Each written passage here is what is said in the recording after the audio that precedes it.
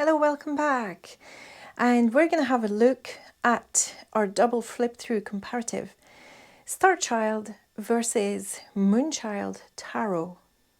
And this is the first edition reprint for the Starchild Tarot and borderless edition for the Moonchild Tarot. So I will try and flip through these quickly just to let you see the cards. You got most of my comments for each of the decks from the flip through for each of the decks, okay?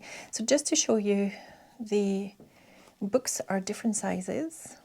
You can see that the Starchild book is wider, same height, but the Moonchild book is a lot chunkier.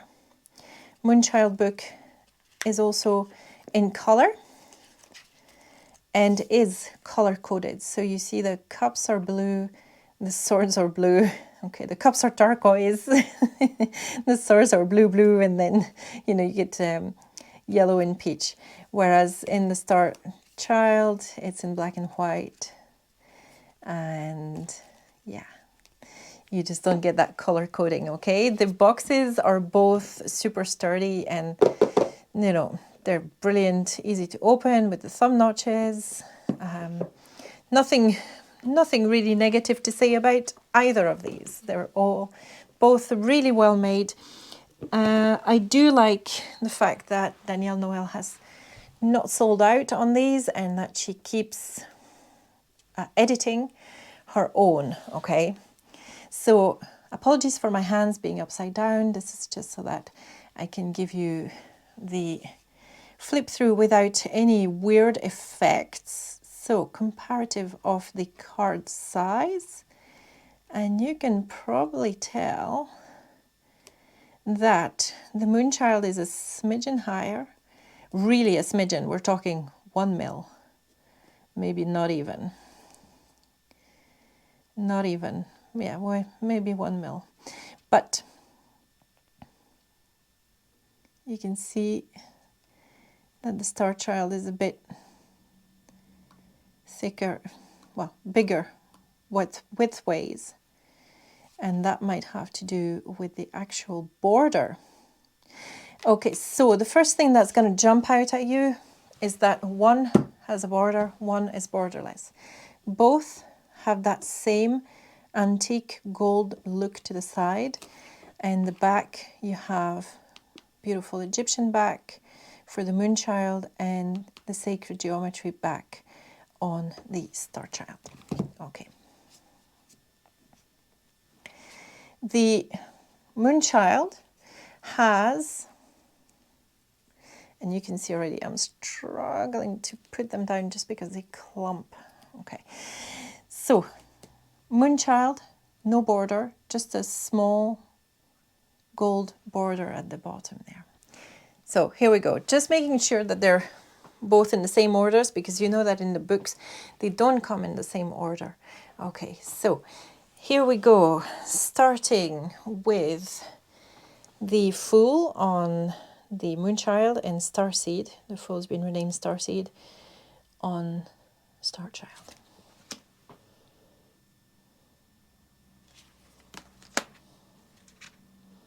Straight away you're getting the balance of power is totally different in the decks.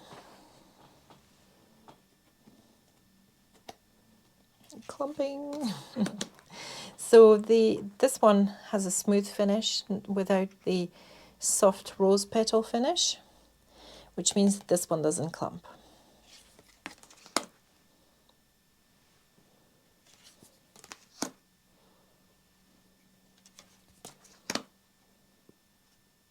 Chariot wants to move around.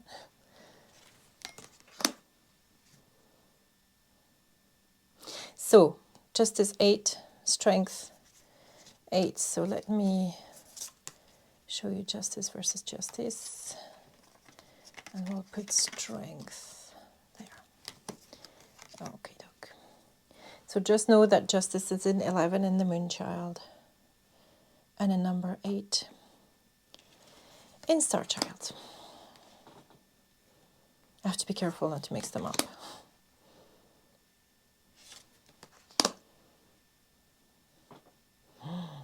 they're both so appealing. So hard to choose one. I guess that's why I ended up with both, huh?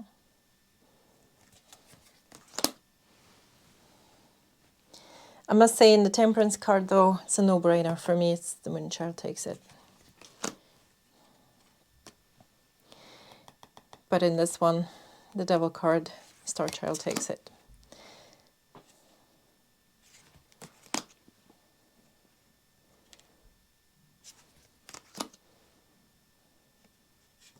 Much prefer this moon. You're going to have to let me know what you think. Which one speaks to you more? So, Judgment and Awakening. The Universe and the World. So they're not all named the same. Okay, so in Moonchild, remember, we've got 3 extra cards.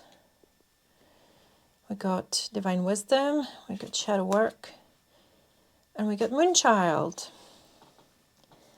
Then we get into our aces, and straight away you can probably get a feeling for the difference.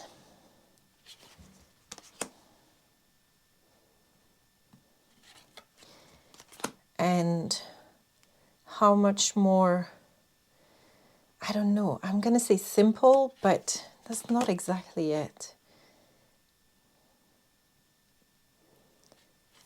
The Starchild is. Is it more simple? I don't know. That doesn't really do it justice.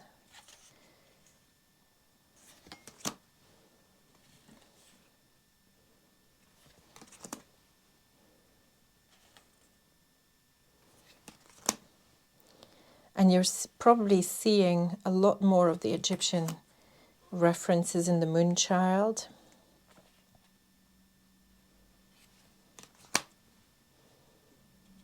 Both Page of Wands really cute.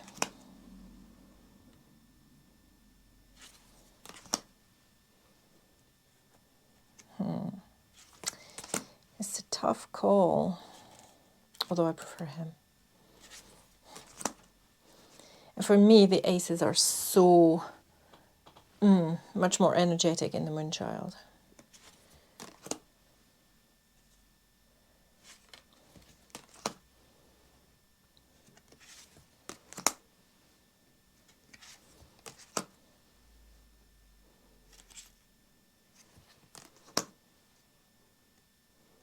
Very similar cards when you boil it down to its essence.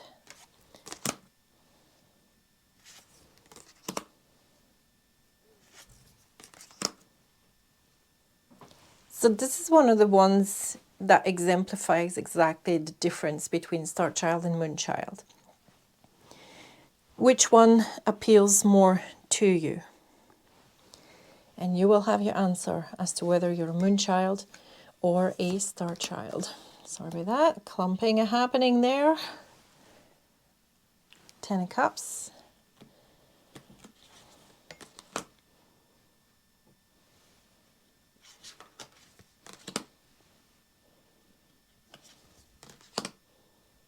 Oh, they're both so good. But he takes it. I like that these guys have directionality. These court cards all face the same way, which is an issue for me. The Ace of Swords, I prefer pointing up. But I prefer her by a long shot.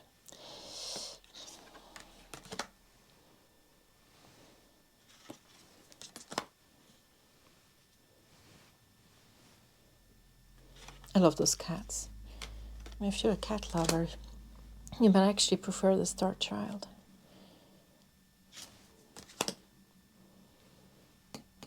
Definitely. But definitely. You can see why it's so hard to make a decision between these two. And it's just going to depend how you feel on the day.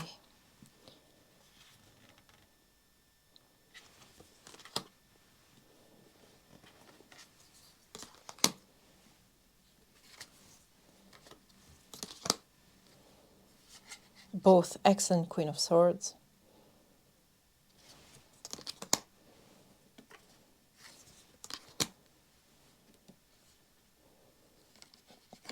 Pentacles versus crystals. So again, what calls more to you?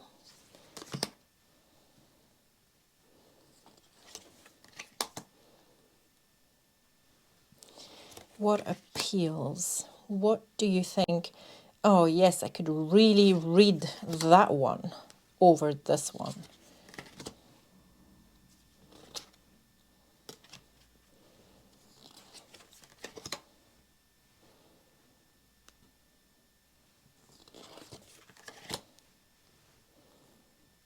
And they both have like that portal feeling. And so do these.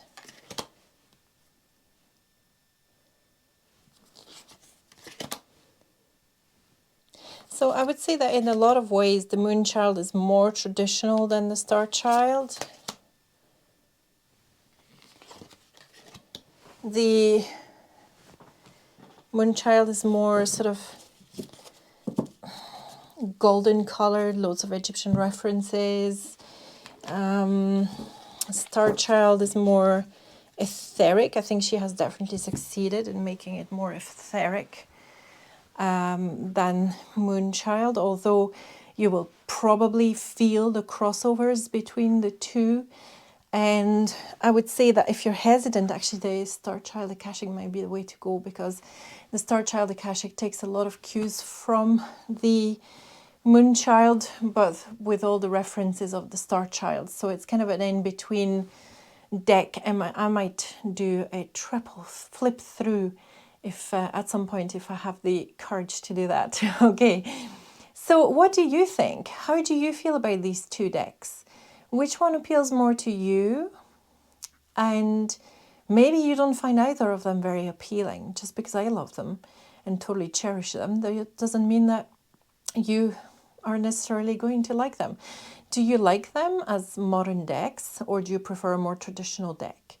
What is your take on it? What do you think? All right, let us know in the comments. Like and subscribe, and I will see you on Patreon as well. Thank you. Namaste.